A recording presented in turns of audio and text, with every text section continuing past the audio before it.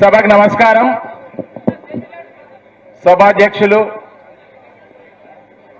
పద్మ దేవేందర్ రెడ్డి గారు, ముఖ్య అతిథులు గౌరవనీయులు మనందరి ఆశాజ్యోతి అపర భగీరథుడు అన్న హరీష్ అన్న గారు, పెద్దలు గౌరవనీయులు నిరంజన్ రెడ్డి గారు, ప్రభాకర్ రెడ్డి సార్ గారు, మా మాజీ ఎంపీ గారు, ఎంపీనే వస్తుంది, శాసనసభ్యులు దుబ్బాక, మా శాసనసభ్యురాలు సునీత లక్ష్మారెడ్డి గారు, షేర్ సుభాష్ రెడ్డి అన్న గారు, క్రాంతి అన్న గారు, మా జిల్లా పరిషత్ చైర్మన్ హేమలత శేఖర్ గౌడ్ గారు, మాజీ వేదికపై ఉన్నటువంటి పెద్దలకు, వివిధ గ్రామాల నుంచి విచ్చేసినటువంటి మరి రైతు అన్నలకు, మా కార్యకర్తలందరూ కూడా పేరు పేరున నా యొక్క నమస్కారాలు.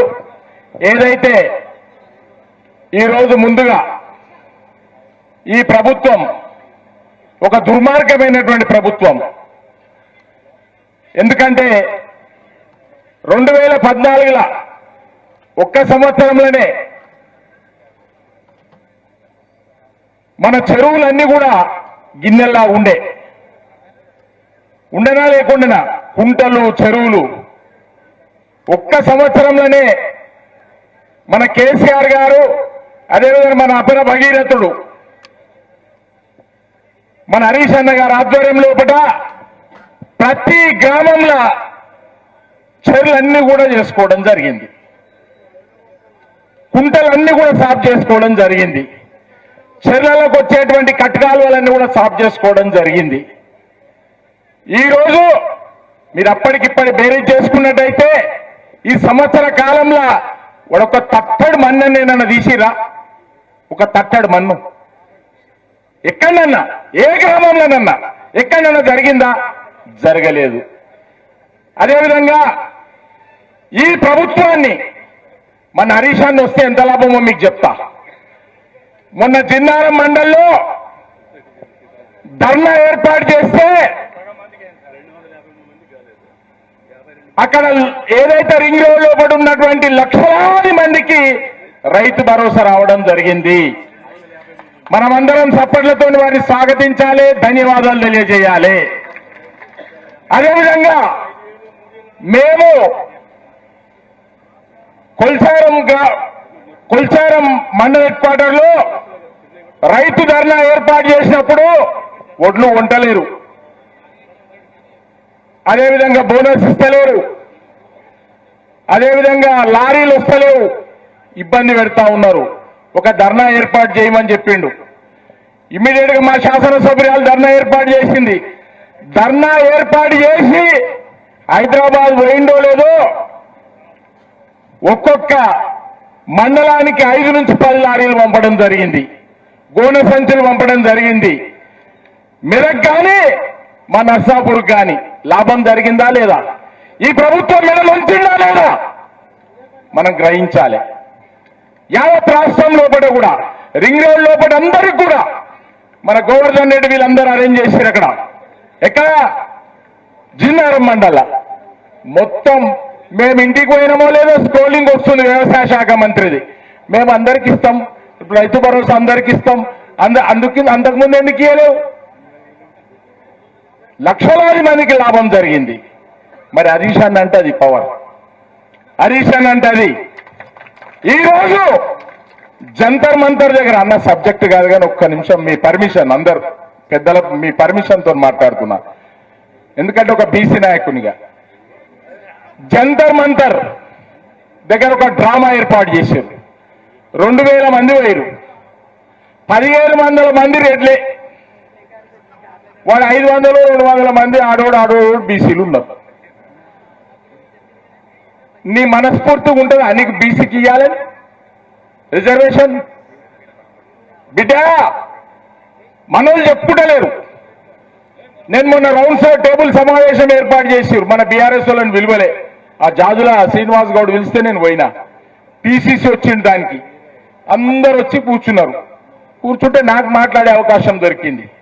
నువ్వు ఇప్పుడు 42% అంటున్నావు, గతంలో కేసీఆర్ గారు 45% కూడా మా మెదక్ జిల్లాలు ఇచ్చిండు, సిద్దిపేటలో 46% ఇచ్చిండు, 41% సిరిసిల్లలు ఇచ్చారు, గద్వాల 46% ఇచ్చారు, ఆదిలాబాద్ 47% ఇచ్చారు అని నేను లెక్కలు చెప్పడం జరిగింది.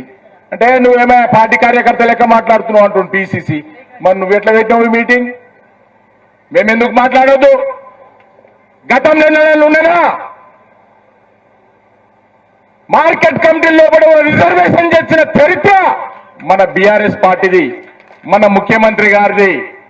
ప్రతి ఒక్కరికి ఎస్సీకి కానీ, ఎస్టీకి కానీ, బీసీకి కానీ, మహిళకు కానీ అవకాశం ఇచ్చినటువంటి పార్టీ బీఆర్ఎస్ పార్టీ. మన పెద్దలు మన కేసీఆర్ గారు.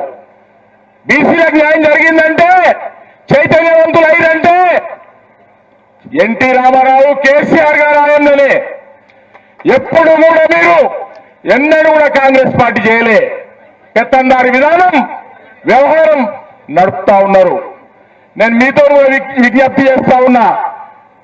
ఎందుకంటే గౌరవ పెద్దలతోని ఇక సబ్జెక్ట్ అంతా వాళ్ళు చెప్తారు.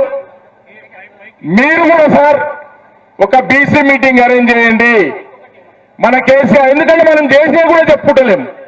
మనం చేసినాం, మన ప్రభుత్వం చేసింది, మీరు సాక్రిఫై చేసిరు మా జిల్లాకు. సార్ ఇప్పుడు నేను బీసీని ఓసీకి ఇవ్వచ్చు కదా, మన గ్రంథాలయ చైర్మన్ ఇయ్యలేరా? అక్కడ హేమలత శేఖర్ గౌడ్ జిల్లా పరిషత్ చైర్మన్ కాలేదా? సోములన్న కాలేడా? బీసీలమే కదా. మా బట్టి జగపతి అన్న కాలేడా? ఆడ మా అశోక్ గౌడ్ భార్య కాలేదా? మరి ఇవన్నీ ఎక్కడికి వెళ్ళి వచ్చినాయి? నువ్వు ఇప్పుడు 42 అనుకున్నా మభ్యపెట్టుడు, మోసం చేసుడు, దగా చేసుడు జరుగుతా ఉంది. మనం చేసి ఎందుకు చెప్పుకోవద్దని చెప్పేసి మీతో నేను మనవి చేస్తా ఉన్నా. ఖచ్చితంగా కూడా ఒక మీటింగ్ అరేంజ్ చేయండి స్టేట్ లెవెల్లో. మీరు మన కేసీఆర్ గారిని ఒప్పించి మీరు ఒక, అంటే నేను ఇట్లా మాట్లాడుతున్నాను దయచేసి అనుకోవద్దు.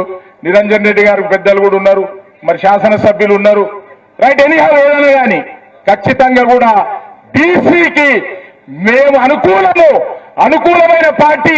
గతంలోనే మేము రిజర్వేషన్స్ ఇచ్చినాము, ఇప్పుడు కూడా అనుకూలం అని చెప్పేసి మీరందరూ చెప్పాల్సినటువంటి అవసరం ఉందని చెప్పి నేను మీతో విజ్ఞప్తి చేస్తా ఉన్నా. అదేవిధంగా సార్, నేను మదన్ రెడ్డి గారు మేము మీ దగ్గరకు వచ్చినప్పుడు చెప్పారు, అంకుల్ సెకండ్ ఇచ్చినట్టుగా ఉండాలి చెక్ డ్యాములు అంటే.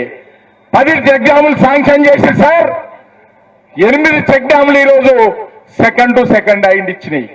మనం ఎండాకాలంలో కూడా హల్దీవాగుల నీళ్ళేసారు, ఎండాకాలంలో కూడా మంజీరా నదిలో నీళ్ళేసారు.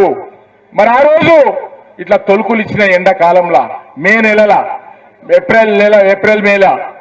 ఈరోజు ఇప్పుడు వర్షాలు లేవు, ఇబ్బందికరమైన పరిస్థితులు ఉన్నారు. ఈ రైతుకు సన్నడ్లకు బోనస్ ఇస్తామని చెప్పి ఈ బోకస్ గడల్లో మోసం చేసి ఈరోజు దాదాపు ఒక ఎన్ని కోట్లు ఉన్నాయి మేడం? స్టేట్ల 12, మన దగ్గర 30 కోట్ల 31 కోట్ల రూపాయలు మెదక్ జిల్లాలు ఉన్నాయి. స్టేట్ వైజ్ గా 1200 కోట్లు ముంచినటువంటి ఈ రేవంత్ రెడ్డి గారికి ఖచ్చితంగా మనం అందరం బుద్ధి చెప్పాల్సినటువంటి అవసరం ఉంది.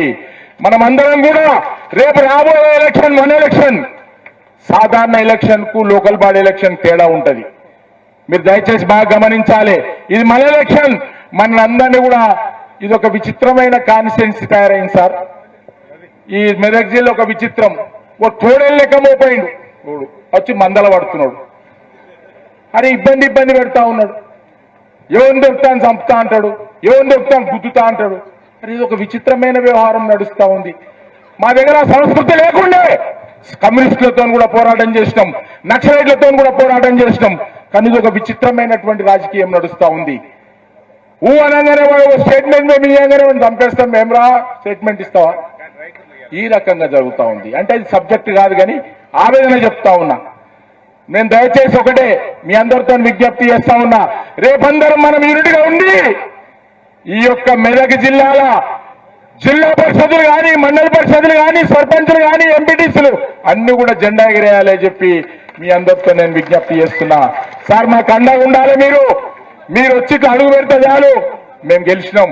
ఇప్పుడు కూడా మళ్ళీ మీ బ్లెస్సెస్ ఉండాలి, మీ ఆశీర్వాదం ఉండాలి. ఎందుకంటే ఆర్థికంగా లేనటువంటి గ్రామాలు ఆర్థికంగా లేనటువంటి వ్యక్తులు ఉన్నారు. ప్రజల పలుకుబడి ఉంది, సేవ చేసే తత్వం ఉంది, కానీ ఆర్థికంగా లేరు. అటువంటి వాళ్ళందరికీ మీ బ్లెస్సెస్ ఉండాలి, మీ ఆశీర్వాదం ఉండాలి. ప్రత్యేకించి మా మెదక్ జిల్లాను, ప్రత్యేకించి మా నర్సాపూర్ను కూడా చూడాలని చెప్పేసి కోరుకుంటూ ఈ అవకాశం ఇచ్చినటువంటి పెద్దలందరికీ చేతులకు నమస్కరిస్తూ జై హింద్, జై తెలంగాణ, జై కేసీఆర్. కేసీఆర్ గారి నాయకత్వం, కేసీఆర్ గారి నాయకత్వం, హరీష్ రావు గారి నాయకత్వం. జై హింద్.